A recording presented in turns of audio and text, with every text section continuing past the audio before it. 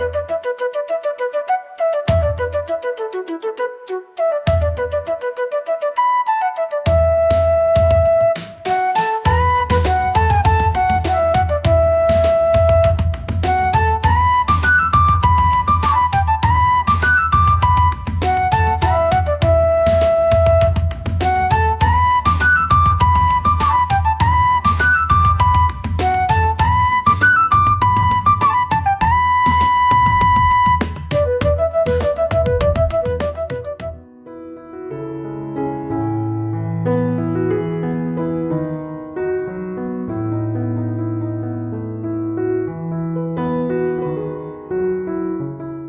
రోజులు ప్రజావేదిక మీటింగ్ కి గుంటూరు వెళ్ళానండి.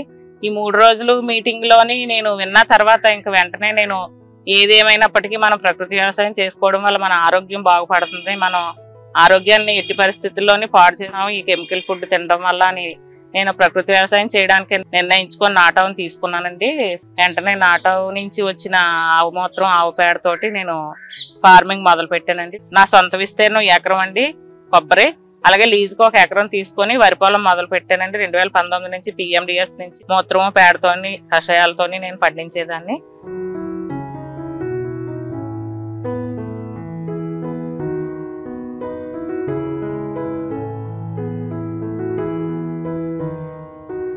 అనంతపురం ట్రైనింగ్కి వెళ్ళానండి.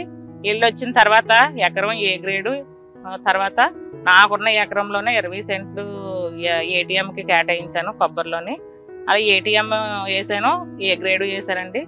అలాగే నేను అనంతపురం మోడల్ మేకర్ ట్రైనింగ్కి వెళ్ళి వచ్చిన తర్వాత ఎకరం పొలంకి ఏ గ్రేడ్ గట్టు I షేప్లో కానీ L షేప్లో కానీ ఉండాలని చెప్పి L షేప్లో గట్టు తయారు చేశానండి. నేను 5 అడుగులు గట్టు వేసి గట్టు మీద ప్రధాన పంటలుగా అరటి, మునగ, బొప్పాయి, జామ, కరివేపాకు, సీతాఫలం ప్రధాన పంటలుగా వేసానండి.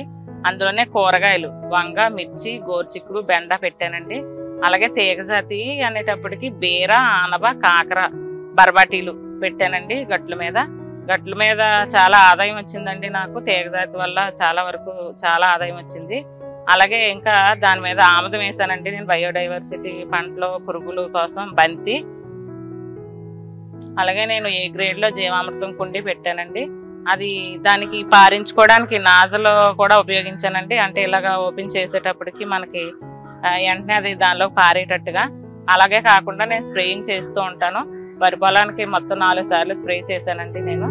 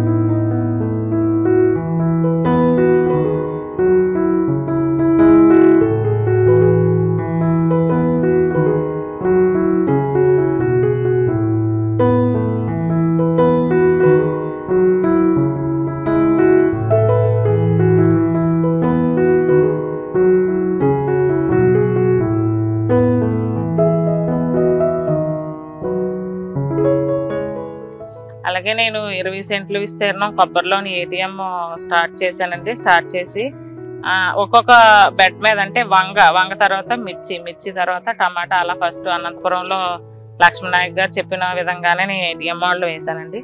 తర్వాత టమాటా మొక్కలకి వాటర్ ఎక్కువ అవుతుందని చెప్పి ఏం చేశాను, 1 లైన్ వంగ, 1 లైన్ మిరప, 1 లైన్ టమాటా ఆ విధంగా వేసుకొచ్చానండి.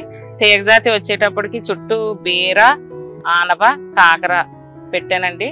తర్వాత ఆకుకూరలు వచ్చేటప్పటికి తోటకూర, గోంగూర, పాలకూర, చుక్కకూర, మెంతికూర, కొత్తిమీర 6 రకాల కూరలు వేసానండి. తోటకూరలో 2 రకాలు ఎర్ర తోటకూర కూడా వేసాను. తర్వాత కూరగాయలు వచ్చి వంగ, బెండ, గోరుచిక్కుడు ఇవే వేసానండి కూరగాయలు. మధ్యలో మాత్రం మొక్కజొన్న వేసానండి నేను.